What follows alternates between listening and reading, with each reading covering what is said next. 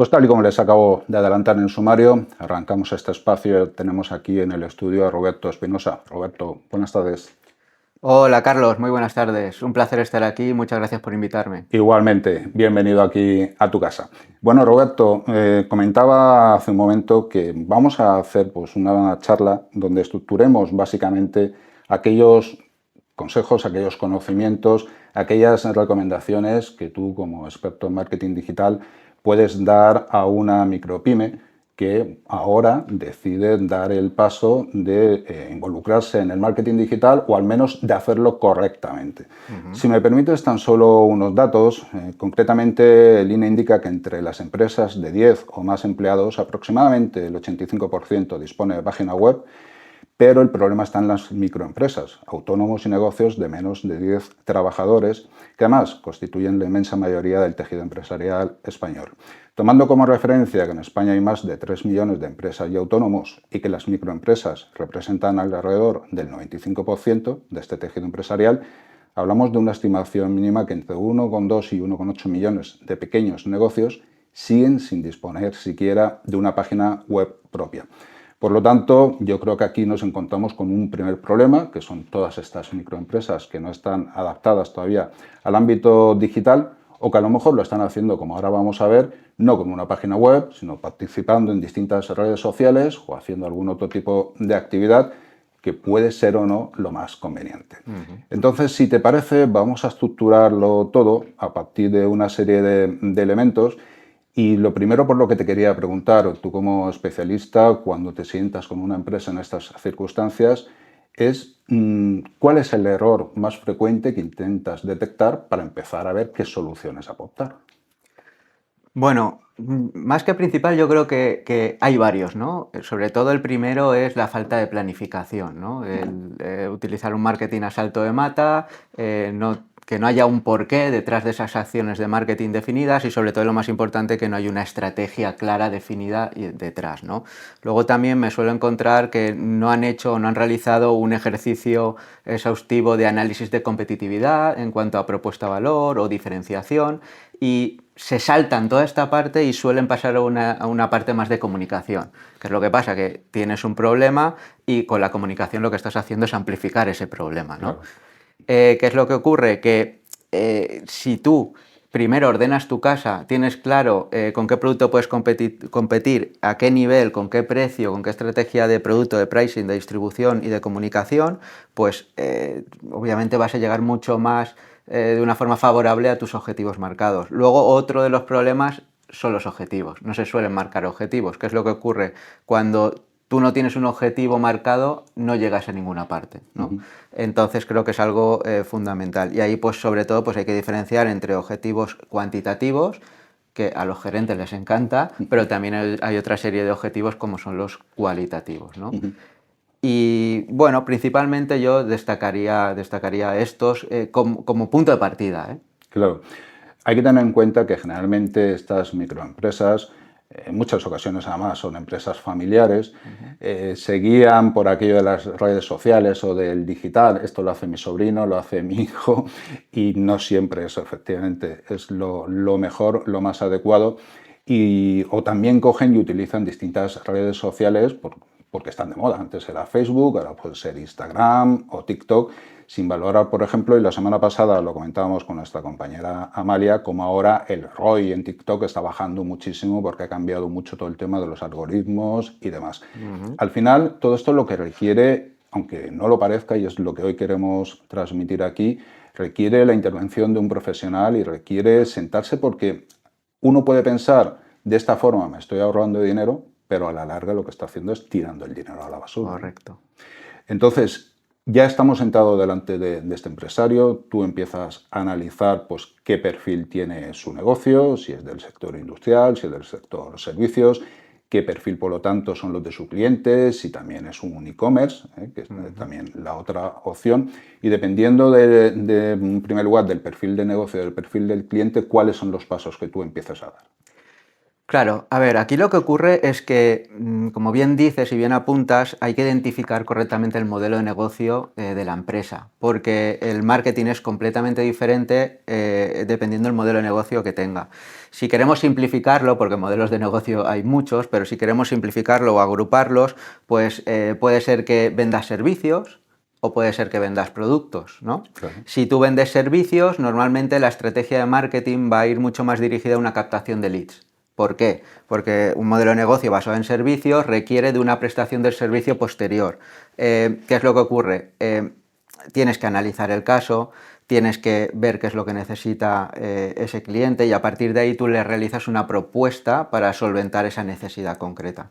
Claro, eso todo no puede ocurrir en la página web. Entonces ahí lo que ocurre es que se produce lo que es la captación de un lead, que es cuando te llega una persona interesada porque ha visto algún tipo de publicidad digital y entonces te deja su nombre y algún medio de contacto, teléfono, email. De esta forma tú recibes ese lead y entonces ya puedes llamarle y citarle.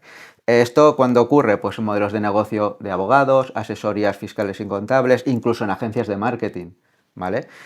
Claro, normalmente se aplica, pues bueno, una serie de estrategias de marketing mucho más vinculadas a la parte de search, que sería la parte de buscador en Google. ¿Por qué? Porque la propia palabra clave que introduces en el buscador ya lleva intrínseca una intencionalidad de búsqueda, Claro. ¿vale? Si tú estás poniendo despacho de abogados en Valencia, obviamente, ¿qué es lo que estás buscando? Pues un bufete, ¿no? En Valencia. Y encima es que estás poniendo la localidad. Claro, esto resulta muy interesante porque esa keyword, esa palabra clave, tiene una intención de búsqueda transaccional, ¿vale? Y a partir de ahí es cuando aparecerían los anuncios de la empresa y dejarían sus datos para que luego les pueda contactar. Oye, ¿ahí termina la venta? No, aquí empieza la venta. Pero bueno, ya viene pues una visita, una reunión y ya pues pasaría ya del marketing a lo que es ya la venta, ¿no? Pero si no tienes oportunidades de negocio, pues te va a costar mucho más poderla cerrar. Luego, por ejemplo, si lo que quieres vender es un producto, bueno, pues pongamos que es el caso de un e-commerce, ¿vale? Porque lo estamos haciendo a través del canal digital. ¿Qué es lo que ocurre? Pues que dependiendo también el producto que vayas a depender, va a seguir una estrategia de marketing o va a seguir otra. Me voy a dos extremos, ¿vale? Completamente diferentes para que la audiencia lo pueda entender y diferenciar. Hay pymes, hay empresas que son completamente industriales, venden tornillos, venden tuercas, ¿vale? ¿Qué es lo que ocurre? Si yo pusiera un anuncio en una red social de, hey, vendo este tornillo número 5 de Arandela 2, pues vas a vender uno o ninguno, ¿no? Ahora bien, si tú sigues una estrategia de buscador que cuando alguien pone un modelo de tornillo, tanto en el norte de España, en el sur, se juntan 10 o 15 o 20 en el mismo día, y entonces cuando aparece el anuncio, cuando están poniendo esa búsqueda en los buscadores, ahí sí que vas a poder vender, ¿no? Y ahí conllevas esa parte de estrategias. Pero ahora bien, imaginamos que nos vamos al lado contrario, al extremo contrario. En vez de vender tornillos industriales, estás vendiendo cremas, beauty, belleza, ¿no? Claro, aquí enseñar la crema y decir la mía es la mejor, la más bonita, no te la van a comprar. ¿Por qué? Pues porque hay un proceso de decisión de compra en el que tendrás que decir por qué comprar mi crema y no la de tu competidor. Comparar los beneficios de tu crema con los otros, vender la crema, vender lo que resuelve, etc, etc. Es decir, hay un montón de objeciones o de puntos a destacar. Claro, ¿esto lo vas a poner en Google? Pues resulta un poquito más complicado explicar por qué deberías comprarme mi crema en un anuncio de 2-3 centímetros. Bueno, con las extensiones es un poquito más, pero nos entendemos, ¿no? ¿Qué es lo que pasa? Que todo este tipo de información funciona mucho mejor en un vídeo. Entonces, luego ya si lo mezclamos con una influencer donde te potencia, o microinfluencer, porque ahora no hace falta contratar a ninguna celebrity, una microinfluencer de 10.000 seguidores o de 15.000, o si es local incluso de 5.000, pues cuando lo multiplicas por un número determinado también es una estrategia muy efectiva. Con lo cual lo que estamos viendo es que dependiendo el modelo de negocio o dependiendo qué es lo que vendes, aplica más unas estrategias u otras, pero más que nada para ser efectivo, ¿no? Sí, sí. Y luego ya, si queremos rizar el rizo, imaginaros que tenemos, como hay en el tejido empresarial, que hay muchas, una empresa B2B, ¿vale? Ponemos un ejemplo que me dirijo a arquitectos, a despachos de arquitectura. ¿Cuántos despachos de arquitectura puede que hayan en España? ¿4.000, 5.000, 6.000? No lo sé, ¿no? Pero ¿qué es lo que pasa? Tú vas a hacer un marketing masivo para llegar a 4.000, 5.000 personas, no, pues estableces una serie de estrategias más one-to-one, ¿vale? En las que tú puedes dirigirte de una forma más eficaz, porque si tú pones una publicidad genérica, también estarás realizando impactos nulos donde tu publicidad va a dejar de ser efectiva. Y luego también, obviamente, en ese tipo de modelos de negocio el marketing ayuda, pero donde realmente estaría la clave sería en una distribución comercial. Es decir, ¿cómo voy a contar mi libro? ¿Cómo voy a convencer? ¿Cómo voy a explicar a esas 4.600 personas todo lo que yo quiero trasladarle? Pues con una fuerza de ventas. Pero cuando llega una fuerza de ventas y ese público objetivo, ese despacho de arquitectura no ha oído hablar de tu marca, va a ser poco efectivo. Ahora bien, si el marketing ha entrado en funcionamiento, ha oído hablar de tu marca, ha recibido impacto, se ha cruzado con una publicación de LinkedIn, con un anuncio segmentado, con un email dirigido, cuando llega la fuerza de ventas tienes la venta, no voy a decir hecha, pero sí medio hecha. A ver, en todo esto que planteas, a mí me surge también una cuestión que es hacer marketing a nivel de lo que es branding o a nivel comercial. Estamos hablando principalmente a nivel comercial porque es lo que todas las empresas lógicamente necesitan, pero en branding, por ejemplo, cuando tú haces publicidad exterior, pues en un soporte que esté en la carretera que vas a 80 o 100 km por hora, tipo monoposte o una valla, tiene que ser muy concreto el mensaje que das y por lo tanto lo que más resalta es la marca y la página web, ¿no? A donde luego ya te diriges y recibes toda la información.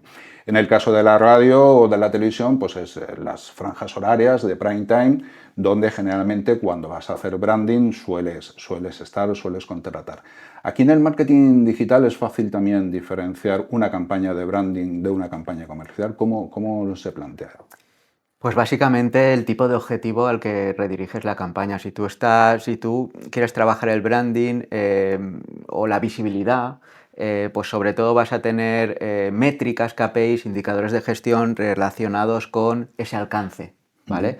¿Qué KPIs? Pues bueno, así a bote pronto se me ocurre el CPM, que es el coste por 1.000 impresiones, un CPC, un coste por clic, también te puede llegar a dar un indicativo de cuánta gente te ve e incluso un poco más, ¿no? Avanza un poco más en el funnel, en el embudo, porque ya es que visitan tu web, porque ya se ha producido un clic, ¿no? El CPM quizás se queda en la parte top of the funnel, que es la parte de arriba del embudo, donde es un público un poquito más frío, ¿vale? Y ya el CPC pues podría ya bajar un poquito más, porque ya llega esa visita a la web.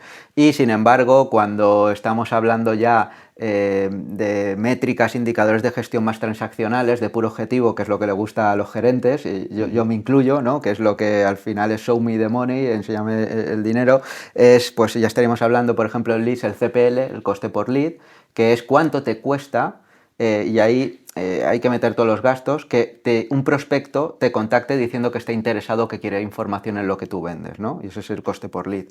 Y bueno, luego por otro lado, a nivel más de e-commerce, pues tienes desde KPIs como puede ser... Es que ahí en e-commerce es un embudo perfectamente. Tú tienes las personas que te ven, las personas que clican, que hacen clic y llegan a tu site, y luego ahí tú tienes una tasa de conversión.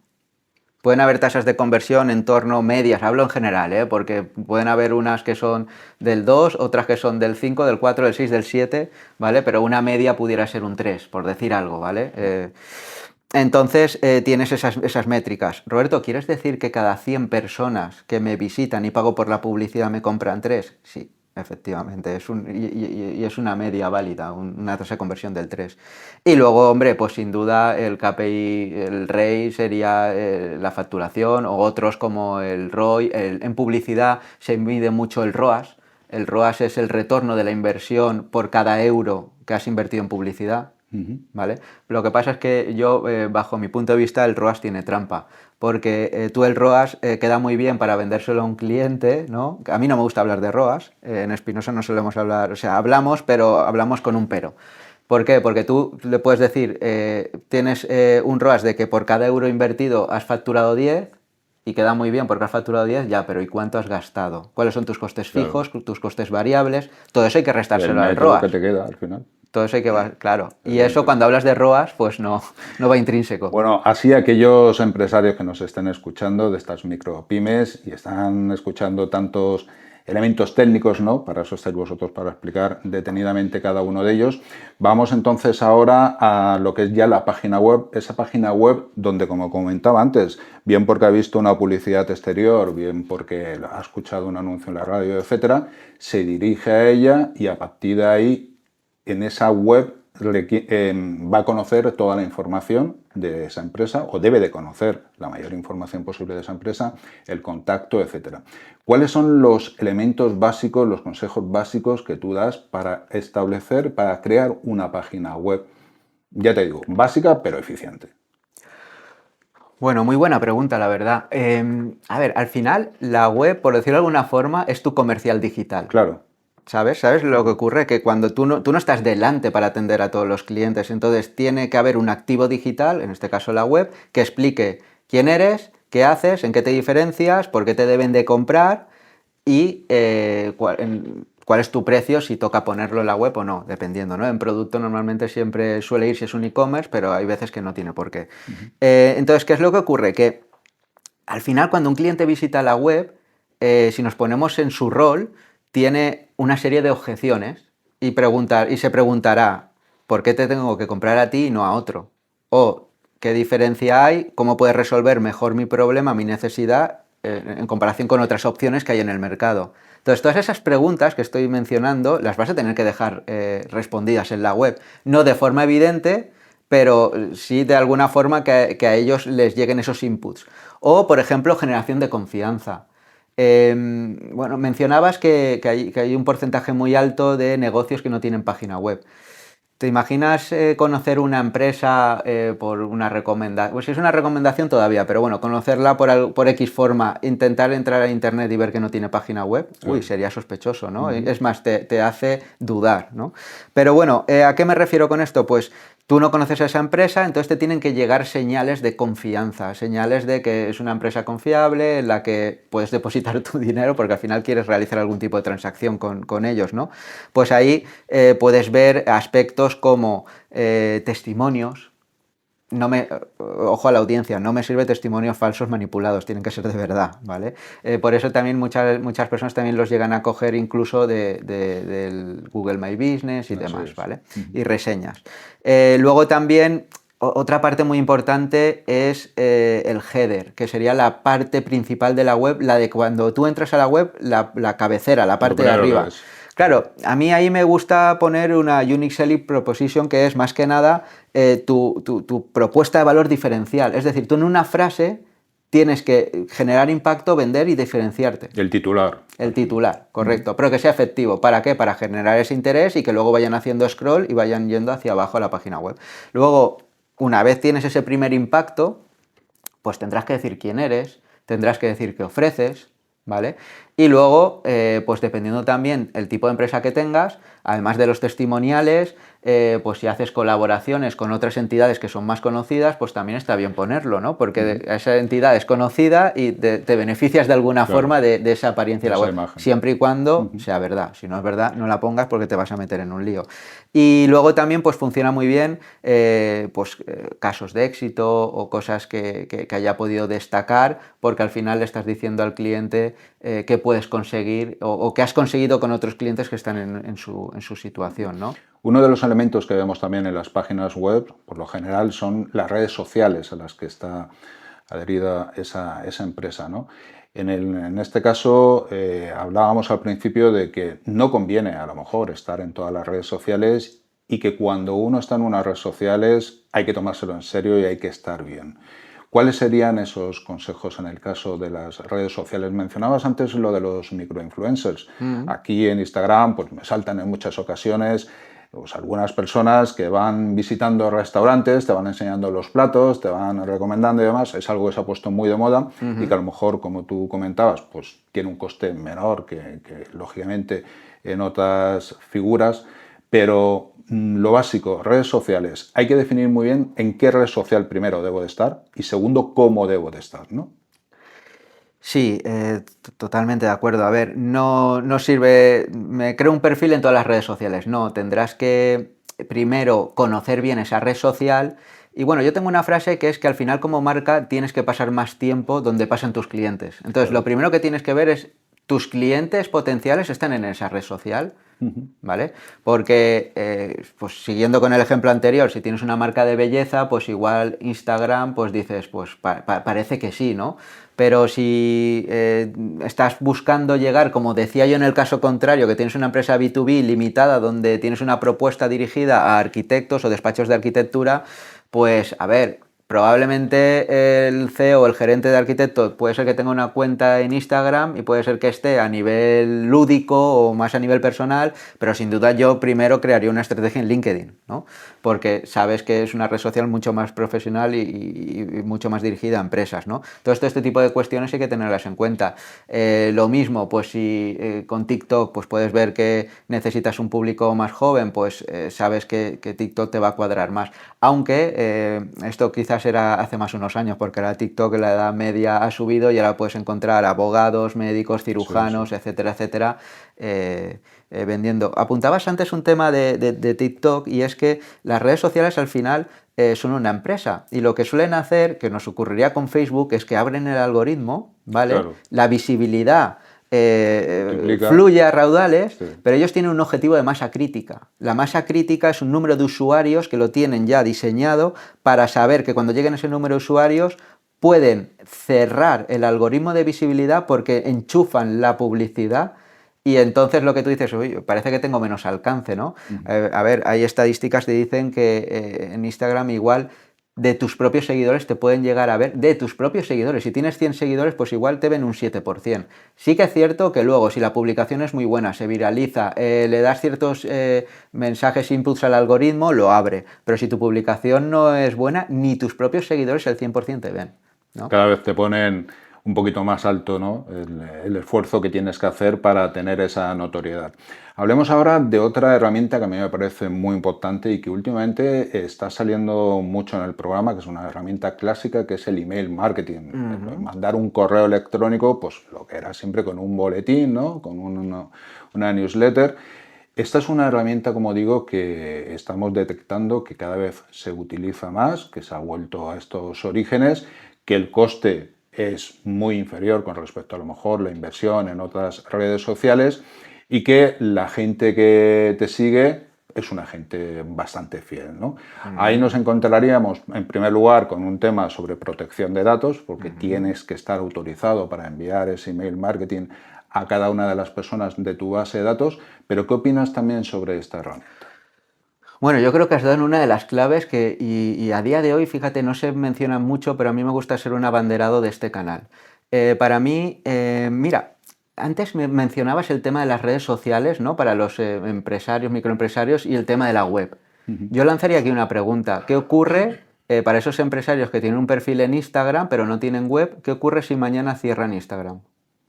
Se queda absolutamente sin nada, claro. Vale, entonces tienes que diversificar tu riesgo, porque sin embargo tú controlas al 100% tu página web y si el día de mañana cierra Instagram, pues da igual porque tú tienes tu página web. Y además en tu página web puedes poner lo que quieras, cosa que en Instagram evidentemente te va a limitar una serie con una serie de condiciones a aquello que quieras subir.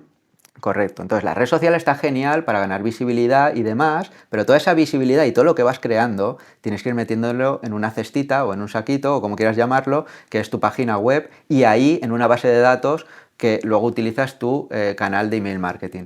Hablábamos antes de tasas de conversión, ¿vale? Y hablábamos de un 3%. Pues si yo segmento las tasas de conversión de que te puedan venir de SEO, de canales de paid como es Google Ads, como es Social Ads o Social Paid Media y demás, pero yo luego me voy al de email marketing. Luego, cuando tú estás en Analytics o analizando este tipo de métricas, es con diferencia el canal donde tiene una mayor tasa de conversión y a veces triplica una tasa de conversión normal. A mí me ha ocurrido de enviar un email una mañana y facturar 30.000 euros. ¿Vale? Y hablar con el CEO, ponerse nervioso, Roberto envía emails como loco. Digo, a ver, aguanta. Llevamos un año con el e-commerce enchufado, recopilando emails, son emails de compradores, son emails de otras promociones, es gente ya interesada, conoce tu marca, no has comprado una base de datos y has enviado un email. Es decir, es un canal de loyalty, de fidelización. Entonces, claro, cuando tú envías una comunicación a personas que ya conocen tu marca, han visitado tu web o ya te han comprado en anteriores ocasiones, pues es mucho más fácil que existe una repetición de compra. Entonces, ese email marketing que generó 30.000 euros no fue por un email, fue el trabajo acumulado de un año. Así es.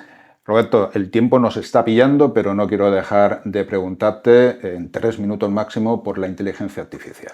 Bueno, te lo tenía que preguntar sí. Eso da sí. para otra. Da para mucho, pero sesión. tienes 3 minutos. A ver, un consejo rápido sobre la inteligencia artificial a estas micropymes. Bueno, puedo decir una frase manida, pero no por ello menos cierta, y es que en la actualidad la inteligencia artificial no te va a quitar el trabajo, te lo va a quitar alguien que sabe inteligencia artificial. Segundo, se está demonizando mucho a la inteligencia artificial y para mí la inteligencia artificial es una herramienta. Si yo tengo un martillo, puedo clavar un clavo o puedo golpear a alguien, entonces no es culpa del martillo, no es culpa de la inteligencia artificial. Y yo creo que estamos avanzando, estamos viendo estas semanas noticias como que el gobierno de los Estados Unidos en Claude ha retirado a Fable, que era una evolución de mitos, que ya Mito tenía ya un buen marketing porque decían que casi superaba la AGI. Y bueno, para los oyentes, lo que no sepan, la AGI es cuando la inteligencia artificial va a superar el nivel de inteligencia de un humano, ¿vale? Y decían, se hicieron un buen marketing porque decían que la retiraban porque era demasiado peligrosa y demás. Ahora el gobierno de los Estados Unidos ha retirado Fable por el mismo motivo y eso que era Fable era un mito escapado. Y bueno, pues a ver, yo creo que la inteligencia artificial así rápidamente hay dos grandes vertientes. Una es cómo aplica el marketing. Antes ibas a un buscador y le decías una dieta, ¿cómo es la dieta Duncan? Ahora le dices, peso 60 kilos, mido 1,75, hazme una dieta personalizada de lunes a viernes y no me gusta la lechuga ni los tomates y créamela para mí. Ahora ya no vas al buscador, estás yendo a la IA, ¿vale? Entonces ahí la parte del marketing, de cómo influye la IA en el proceso de decisión de compra, porque los consumidores se están informando ahí, juega un papel fundamental, pero luego hay otra gran vertiente, que es cómo optimiza procesos a un profesional de marketing.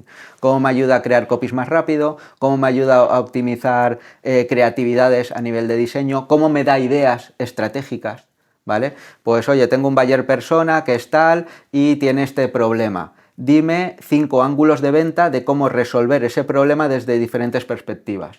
Y la IA, no es que te... A ver, a mí la IA no me va a hacer el trabajo, porque yo estoy continuamente frenándola, la estoy parando, la estoy dirigiendo, porque sé de lo que hablo. Si yo aprieto un botón y digo, IA, hazme un plan de marketing, me va a hacer igual 20 folios, pero es papel mojado. Al final de lo que se trata es de utilizarla, como tú bien dices, como una herramienta de la misma forma que pasó cuando tuvimos acceso a un ordenador, todo el mundo, y por lo tanto pues ya teníamos la facilidad de escribir, incluso con una calculadora, ¿no? De no tener que pensar. Los resultados son herramientas que evolucionan lógicamente con la humanidad y que estamos en plena edad tecnológica de IA y hay que aprender a utilizarla y además puede servir para muchas cosas porque además también en la IA entrará publicidad en breve, con lo cual ese posicionamiento que buscábamos en Google de siempre, ahora lo tendremos que buscar en la IA. Roberto, se nos acaba el tiempo. Te agradezco muchísimo que hayas estado este rato con nosotros y volveremos a hablar próximamente. Muchas gracias, Carlos. Un saludo. Un saludo. Buenas tardes.